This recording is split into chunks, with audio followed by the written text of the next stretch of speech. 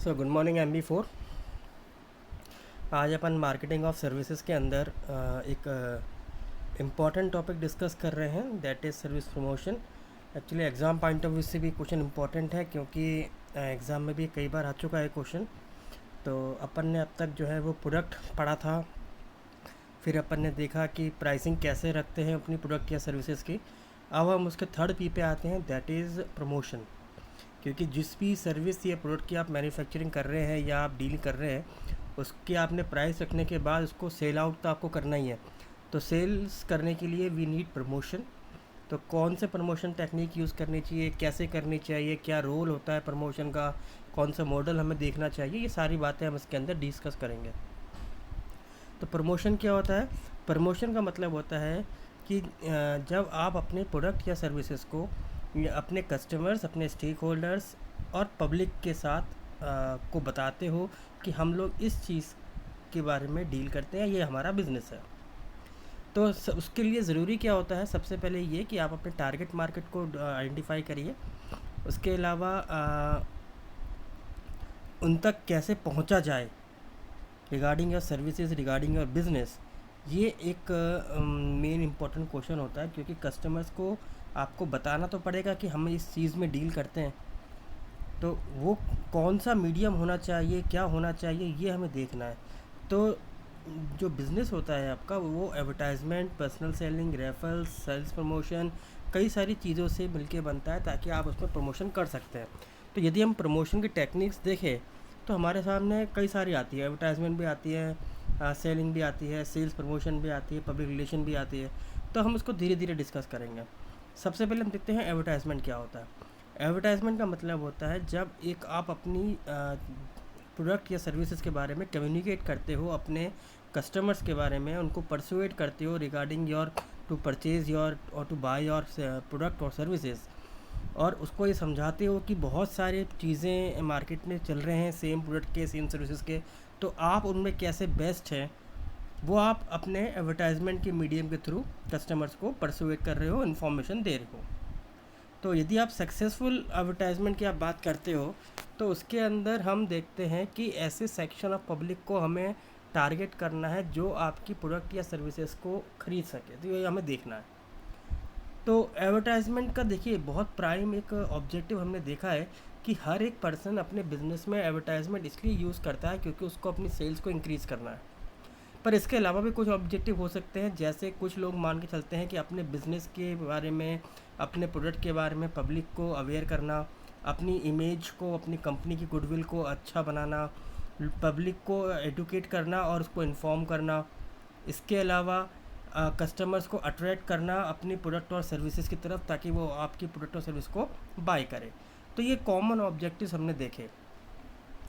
यदि हम बात करें रूल्स की, तो देखिए जब भी आपको एडवर्टाइजमेंट करना हो तो आपको 4 पैरामीटर को कंसीडर करना चाहिए, तभी आप एक अच्छा एडवर्टाइजमेंट बना पाएंगे या एडवर्टाइजमेंट के थ्रू अपनी बात को पहुंचा पाएंगे। पहला आता है आपका एम। एम का मतलब क्या है कि what is the primary purpose of your advertisement. तो इसमें अगर हम देखें, क्या वो आपका जो पर्पस है वो आप देखिए पर्पस क्या है हो सकता है। क्या आप सिर्फ कस्टमर को इन्फॉर्मेशन दे रहे हैं, या आपका जो पर्पस है वो सेलिंग है, या आप अपनी बिजनेस की इमेज को इम्प्रूव करना चाह रहे हैं। तो पहले आप अपना एम देखिए कि why you need an advertisement. Then target, आपका टारगेट कौन है, पब्लिक के अंदर कस्टमर जो हैं वो कहाँ पर हैं और किसको आप ये अपनी बात पहुँचाना चाह रहे हैं, कि क्या वो मेल है, फीमेल है, एडल्ट है, टीनेजर है, चाइल्ड है, मदर है, फादर है, एक्सेट्रा। तो ये सारी चीज़ें आपको देखनी पड़ेंगी, who is your target customer. Then media. Media का ध्यान रखिए कि कौन सा अप्रोप्रिएट मीडियम आप यूज़ कर सकते हैं अपनी बात पहुंचाने के लिए। क्या आप टेलीविज़न यूज़ कर रहे हैं, क्या आप रेडियो यूज़ कर सकते हैं, आप प्रेस यूज़ कर रहे हैं, या आप इंटरनेट के थ्रू कर रहे हैं। जैसे आजकल हम देख रहे हैं सोशल मीडिया बहुत ज़्यादा है, डिजिटल मार्केटिंग के थ्रू आप देख रहे हैं आजकल नया ट्रेंड चला है। इसके अलावा हम देखते हैं कि जो न्यूज़पेपर्स आते हैं उसमें भी डेली कहीं ना कहीं बहुत सारे एडवर्टाइजमेंट्स होते हैं। टेलीविज़न तो हम लोग देख ही रहे हैं कि हर एक सीरियल्स के बीच में कहीं ना कहीं हर जगह आजकल एडवर्टाइजमेंट जो है वो आते रहते हैं। Then what's your competitor doing, वो क्या कर रहा है, कौन सा मीडिया चैनल यूज़ कर रहा है, और यदि वो यूज़ कर रहा है तो क्या उसकी सेल्स बढ़ रही है, क्या वो आपसे ज़्यादा सक्सेसफुल है। तो ये चीज़ें आपको देखनी पड़ेंगी, इन 4 पैरामीटर्स को, जब भी आप एडवर्टाइजमेंट करने का सोचते हैं। तो कैसे कर सकते हैं? देखिए, एडवर्टाइजमेंट को इफ़ेक्टिव बनाने के लिए हमारे पास एक मॉडल है, डेट इज़ एडा मॉडल। एडा मॉडल क्या कहता है? अटेंशन, इंटरेस्ट, डिज़ायर, एक्शन, ये आपके जो है 4 वर्ड आते हैं एडा मॉडल के अनुसार। अटेंशन क्या कहता है? अटेंशन कहता है कि इट कैचेस द आई और year and stands out a mind the clutter of competing advertisements. जब वो कस्टमर्स को कैच करे, उसकी आई को कैच करे कि हाँ कुछ नया आया है, कुछ एक एडवर्टाइजमेंट आया है, तो वो थोड़ा अटेंटिव होता आता है। तो एडवर्टाइजमेंट क्या होना चाहिए इफेक्टिव के तौर पे? अटेंटिव होना चाहिए, ताकि कस्टमर कुछ अटेंशन में आ जाए, उसको लगे कि हाँ कुछ एक नया एडवर्टाइजमेंट, एक ऐसा प्रोडक्ट आ रहा है जो उसको सूट कर सकता है। Then interest. एडवर्टाइजमेंट इफेक्टिव तब हो पाएगा जब वो कस्टमर के माइंड में एक इंटरेस्ट डेवलप कर पाएगा, आपका मैसेज उसको, कि हाँ ये प्रोडक्ट या सर्विसेज की मुझे नीड है और मुझे ये प्रोडक्ट या सर्विस लेना है, मुझे ये बाय करना है। Then desire. डिज़ायर क्या होगी? उसको ये समझ में आए कि इसके बिना, इस प्रोडक्ट, आपकी इस प्रोडक्ट सर्विस के बिना आपकी उस पर्सन की नीड अब तक सेटिस्फाइड नहीं हो रही है, तो कहीं ना कहीं उसको डिज़ायर में भी कंप्लीट करना पड़ेगा। और लास्ट आता है एक्शन। एक्शन का मतलब है कि वो आपका प्रोडक्ट या सर्विसेज बाय कर ले। तो एडवर्टाइजमेंट हम लोग इन 4 मॉडल के तौर पे, या 4 इस पैरामीटर को हम देख सकते हैं इन द एडा मॉडल। देन आता है कौन कौन से कॉमनली यूज मीडिया आते हैं। देखिए, जैसे हम लोग स्टेशनरी आजकल चलता है, स्टेशनरी जैसे क्या होता है, आप देखते होंगे कि कुछ लोग अपने letter heads, envelopes, business cards बनाते हैं। इसके अलावा आपने देखा होगा कि कुछ लोग तो आजकल अपना पर्सनलाइज कस्टमाइज्ड एडवर्टाइजमेंट भी हो रही है, जैसे कप के ऊपर अपनी कंपनी का नाम लिखवाना, पेन्स के ऊपर अपनी कंपनी का नाम लिखवाना, ये भी हम लोग आजकल खूब देख रहे हैं। तो इसके अलावा क्या देते हैं, जैसे स्टेशनरी हम यूज़ कर रहे हैं, तो उसके अंदर भी क्या है, आप अपना ये कंपनी का नाम, अपना कंपनी का लोगो, हम उसको प्रिंट करवा सकते हैं और लोगों के सामने अपने प्रोडक्ट का एडवर्टाइजमेंट कर सकते हैं। ऐसे ही window display. The external presentation of your business office और shop is one of the principal way of establish your business image. तो विंडो डिस्प्ले क्या है? External presentation. हमने कई बार देखा होगा कि जैसे आप मार्केट में जा रहे हैं, तो जो आपका शोरूम है या जो भी आप दुकान पे जा रहे हैं, वहाँ पे हमारे सामने ही प्रोडक्ट्स को रखा जाता है, एडवर्टाइजमेंट किया जाता है, ताकि हमारा ध्यान उस तरफ जाए। इसके अलावा प्रेस में हम देखते हैं, जैसे न्यूज़पेपर के अंदर हम देख सकते हैं कि थ्रू न्यूज़पेपर हम अपने प्रोडक्ट के बारे में एडवर्टाइजमेंट कर सकते हैं। ये बहुत कॉमन एक मेथड है प्रेस एडवर्टाइजमेंट। Then radio.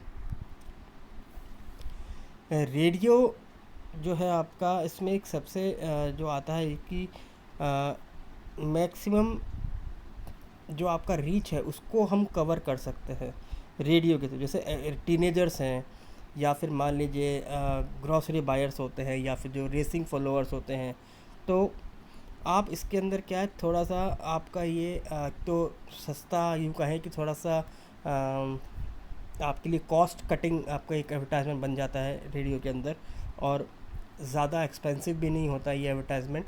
पर फ़ायदा ये है कि इसको हम जिस टारगेट कस्टमर तक पहुंचाना चाह रहे हैं, वहां हम उसको पहुंचा सकते हैं। तो आप रेडियो स्टेशंस को कांटेक्ट कर सकते हैं, और आजकल तो आप देखते हैं मेट्रोज़ में कई सारे ऐसे हैं जो दिन भर 24 आवर्स मेट्रोज़ में आपके रेडियो स्टेशंस चलते हैं। तो उन रेडियो स्टेशंस में उसको सुनने वाले काफ़ी ऐसे लोग हैं जो उसको सुनते हैं और उस पर ध्यान देते हैं। तो हम एडवर्टाइजमेंट रेडियो को भी यूज़ आजकल लोग करने लगे। देन आता है टेलीविज़न। टेलीविज़न एक पावरफुल एडवर्टाइजमेंट मीडिया है जो कि एक ह्यूज नंबर ऑफ कस्टमर तक पहुंच सकता है, पर थोड़ा सा एक्सपेंसिव होता है टेलीविज़न एडवर्टाइजमेंट। इसके अलावा इसमें आपके पास ये सूटेबिलिटी, इसके अंदर एक कन्वीनियंस आपको ये है कि आप इसमें प्राइम टाइम या फिर वो चैनल्स या वो जो सीरियल्स आते हैं जो सबसे ज़्यादा लोग देखते हैं, तो हम उस वक्त अपने एडवर्टाइजमेंट को उस कस्टमर्स तक पहुंचा सकते हैं। ये एक हमारे लिए सबसे एक अच्छी एडवांटेज मिलता है। जैसे हम लोग टीआरपी की बात करते हैं, तो टीआरपी जिस सीरियल की या जिस एपिसोड की या जिस चैनल की सबसे ज़्यादा होती है, आप उस चैनल में अपने एडवर्टाइजमेंट को आप दे सकते हैं। तो इसका मतलब ये होगा कि शायद उस टाइम पीरियड पे मैक्सिमम लोग आपके एडवर्टाइजमेंट को देखेंगे। देन आता है डायरेक्ट मेल। डायरेक्ट मेल क्या है कि आप अपने कंपनी, अपनी प्रोडक्ट, अपनी सर्विसेज के बारे में डायरेक्टली कंज्यूमर्स को अप्रोच कर सकते हैं थ्रू ईमेल्स, बाय पोस्ट और बाय फैक्स, एनीथिंग। इसके अलावा आप उनको न्यूज़लेटर भेज सकते हैं, कैटलॉग्स भेज सकते हैं, लेटर्स भेज सकते हैं। और जैसे हम देखते हैं कि आजकल क्या ईमेल्स के थ्रू कई बार डायरेक्ट मेल आपका अप्रोच की जाती है, तो कुछ लोग क्या करते हैं उस मेल को स्पैम मेल में डाल देते हैं। तो स्पैम मेल के लिए आप देख लीजिए कि एडवर्टाइजमेंट अगर इफ़ेक्टिव होगा तो कंज्यूमर ज़रूर आपके इंफॉर्मेशन को, कंपनी के बारे में पढ़ेगा, और यदि उसका कंटेंट अच्छा नहीं होगा तो डेफिनेटली वो आपका स्पैम मेल में डाल देगा उसको।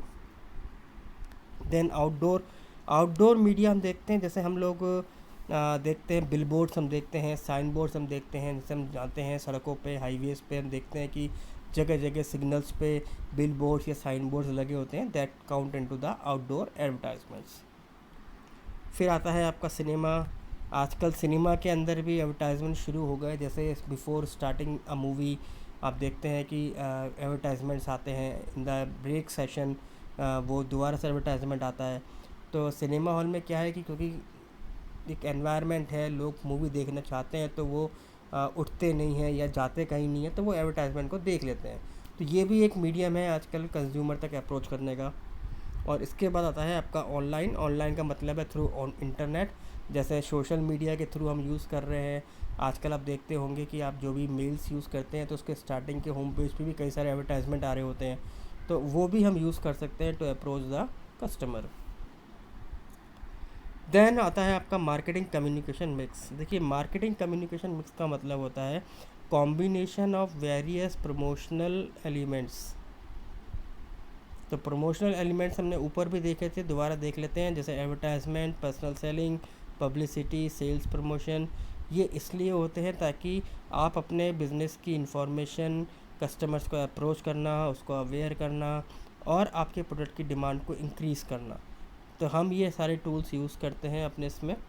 तो according to Philip Kotler, a company total marketing communication mix also called a promotion mix. तो कंपनी जो कोई भी कम्युनिकेशन मीडियम यूज़ कर रही है टू अप्रोच अवर कस्टमर्स, तो वो सभी चीज़ें आपकी प्रमोशनल मिक्स में काउंट हो जाती हैं। तो इसको हमने देखा, इसके अंदर स्पेसिफिक ब्रांड माना गया। कॉटलर ने भी कहा कि advertisement, personal selling, sales promotion, public relation और डायरेक्ट मार्केटिंग टूल्स, ये सभी कंपनी यूज़ करती हैं अपने कस्टमर्स को अप्रोच करने के लिए, अपने कस्टमर्स को अट्रैक्ट करने के लिए, ताकि आपके बिज़नेस की इमेज अच्छी हो, आपकी प्रोडक्ट की सेल हो, आपकी सर्विसेज की सेल हो। देन टूल्स अगर हम देखें कौन कौन से हैं, जैसे हमने कहा personal selling, sales promotion, public relation, advertisement, publicity, ये हमारे टूल्स होते हैं।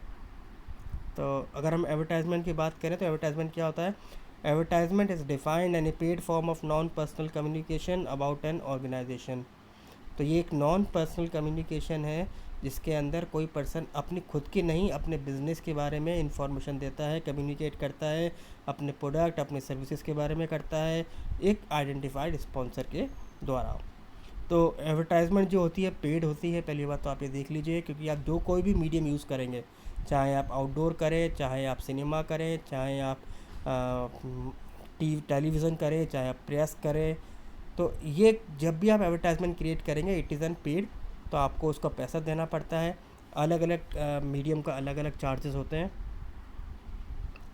तो जो नॉन पर्सनल है, नॉन पर्सनल का मतलब होता है कि जैसे mass media, television, radio, magazines, newspaper, जो कि आपके मैसेज को लार्ज नंबर ऑफ कस्टमर्स तक अप्रोच करवाता है।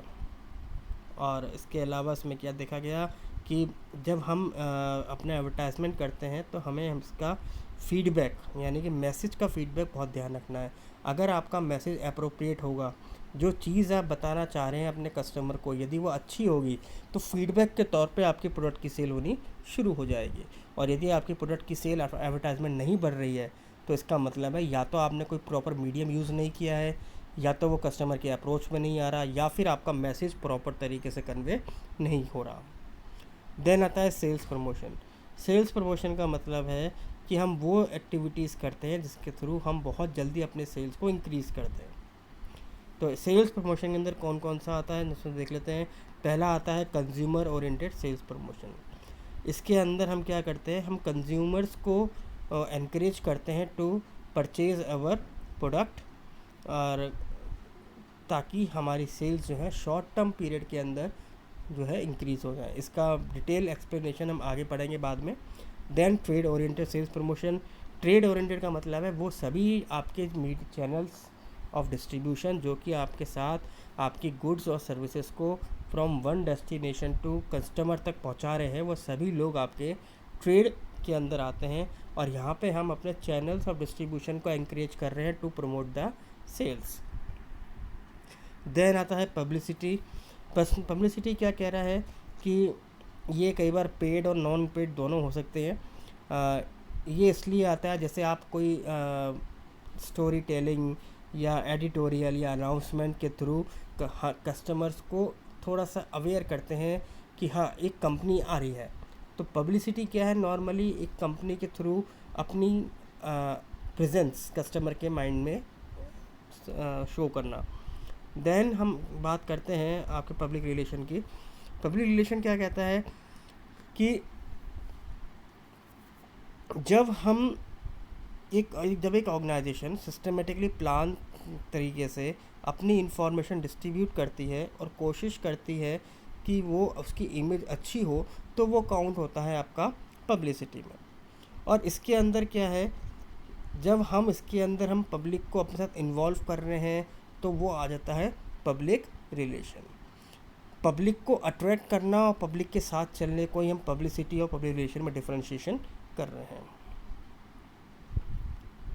अब कहते क्या है, पब्लिक रिलेशन क्या है, is also defined the management functions which evaluate the public attitudes, identify the policies procedures of an individual organization with the public interest.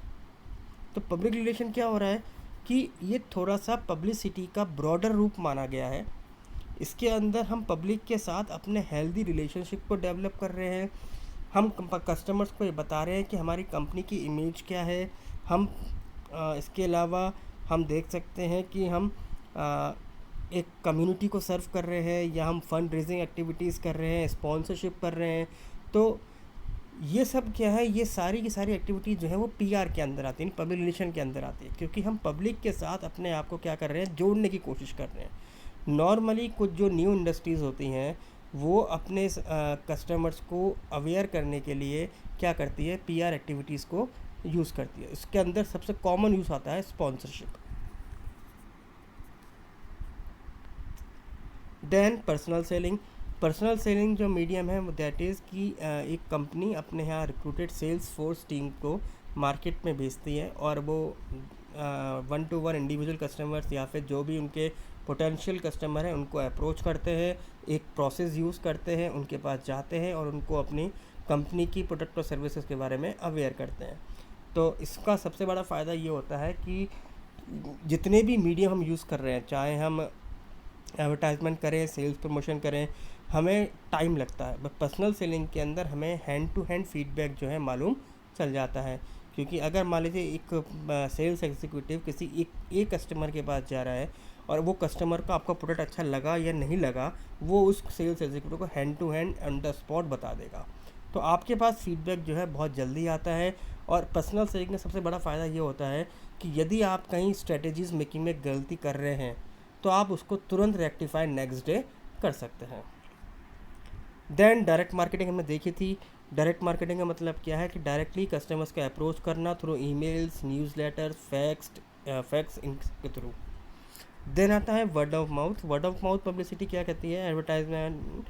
Word of mouth होता है कि वो कस्टमर जो ऑलरेडी हमारे एग्जिस्टिंग कस्टमर्स हैं हमारे प्रोडक्ट और services को यूज़ कर रहे हैं वो आपकी प्रोडक्ट और सर्विसेज की के बारे में अपने एक्सपीरियंसेस को शेयर करते हैं। तो इसका बेनिफिट हमें क्या मिलता है? इसका बेनिफिट हमें ये मिलता है कि एक कस्टमर यदि सेटिस्फेक्शन लेवल पे है तो दूसरा कस्टमर भी शायद उस कस्टमर को देखते हुए अपना सेटिस्फेक्शन लेवल इंक्रीज़ कर दे, या आपके प्रोडक्ट्स को सर्विस को एक बार यूज़ करने की या उसको बाय करने का तो वो विचार बना ही सकता है। देन आता है आपका ऑनलाइन मार्केटिंग, जैसे हमने देखा कि इंटरनेट के थ्रू वी कैन यूज़ और we can promote our product और सर्विसेज। अगर हम ये तो हमारी बात थी जनरल कैटेगरी की कि चाहे प्रोडक्ट हो सर्विसेज हो हम एडवर्टाइजमेंट कैसे कर रहे हैं, पर अब अगर हमें स्ट्रेटेजी बनानी हो इन प्रॉपर सर्विस सेक्टर में, क्योंकि हम सबको पता है सर्विस सेक्टर में क्या होता है, सर्विस सेक्टर में आपकी जो सर्विस है जिस चीज़ का आप डील कर रहे हैं वो दिखाई नहीं देती, वो सिर्फ कंजम्पशन पर डिपेंड करती है। तो इसके अंदर भी हम कैसे अपने आप को एडवर्टाइजमेंट करें? तो यदि हम सर्विस सेक्टर में डील करते हैं, जैसे मान लीजिए आप हॉस्पिटल्स में डील कर रहे हैं, या आप कंसल्टेंसी सर्विसेज डील करते हैं, या आप जो है किसी फाइनेंशियल सर्विस में डील करते हैं, तो इसको हम कैसे अपने आप को प्रमोट करें? तो इसके लिए ज़रूरी क्या है, we have to use tangible clues, word of mouth, ownership and tie with the customer. Tangible clues का मतलब क्या है? आपकी जो भी सर्विस सेक्टर में आपके टेंजिबल क्लूज़ हैं जिसको आप जो कस्टमर आपके यहाँ देखेगा, जैसे मान लीजिए कस्टमर आप होटल के कम में डील करते हैं होटल इंडस्ट्री में, तो कस्टमर आपके होटल का एम्बियंस, एनवायरनमेंट, सब कुछ चीज़ देख रहा है, तो वो टेंजिबल क्लूज सब कुछ दिख रहा है, चाहे फर्नीचर हो, चाहे प्लेट्स हो, चाहे आपकी कटलरी हो, ये सारी चीज़ें उसके माइंड में क्या होगा रिगार्डिंग योर सर्विसेज के बारे में वो बता सकते हैं। तो जब भी हम एडवर्टाइजमेंट करें तो हम ये सारी चीज़ें हम यूज़ कर सकते हैं for advertisement. Then word of mouth, word of mouth जैसे हमने देखा कि जो हमारे प्रायर यूज़र्स हैं वो हमारे प्रोडक्ट और सर्विसेज के बारे में बताएं। तो जैसे मान लीजिए मैंने होटल इंडस्ट्री में मैंने आपसे एग्जांपल लिया, तो जो भी लोग आपके होटल में पहले आके ठहर चुके हैं और आपके पास से एक अच्छा फीडबैक देके गए हैं, तो आप उनके साथ या मार्केटिंग कर सकते हैं, वो आपकी होटल के बारे में अच्छी अच्छी बातें अपना एक्सपीरियंस शेयर कर सकते हैं, तो और लोग भी क्या होंगे, वो भी आपके होटल इनकी तरफ जो होंगे अट्रैक्ट हो सकते हैं। देन ओनरशिप, देखिए ओनरशिप हमें पता है कि गुड्स के केस में ओनरशिप कैन बी ट्रांसफ़र। मैंने एक गुड्स ख़रीदा, मुझे अच्छा नहीं लगा, मैंने दूसरे को बेच दिया, पर सर्विस के केस में ऐसा नहीं होता। तो सर्विस के केस में क्या होगा, आफ्टर कंजम्पशन के बाद ही हम इसको कर सकते हैं। जैसे होटल रूम है, बैंक है, सीट इन द क्लासरूम है, तो ये चीज़ें क्या है, तो हमें इसमें ये देखना है कि कस्टमर जब कंज्यूम करे आपके सर्विसेज को, तो उसको ये लगे कि मैं इस सर्विसेज को यूज़ करके वाकई में ही मेरे लिए ये वैल्यूबल चीज़ मुझे मिली है, तो वो हम यूज़ कर सकते हैं इन द एडवर्टाइजमेंट। और टाई विद द कस्टमर क्या कहता है, टाई विद द कस्टमर कहता है कि जैसे प्रोफेशनल्स हैं, लॉयर्स हैं, फिजिशियंस हैं, डेंटिस्ट हैं, कंसल्टेंट्स हैं, तो इनसे क्या है कि जब तक आप मिलेंगे नहीं, इनको अप्रोच नहीं करेंगे, आप इनके थ्रू इनकी एक्सपेक्टेशन, इनकी नीड, इनकी वांट को आप नहीं जान पाएंगे। तो टाई विद द कस्टमर का मतलब यह है कि हमें अपने पोटेंशियल कस्टमर में कुछ ऐसे लोग होते हैं, तो हमें उनके पास जाके फिज़िकली विज़िट करके ही उनको हमें क्या करना है, एक कन्विंस करना है टू परचेज अवर प्रोडक्ट। तो ये सारी चीज़ें हमने देखी एडवर्टाइजमेंट के अंदर, सर्विस प्रमोशन के अंदर। आई होप कि आपके डाउट्स क्लियर हो गए होंगे।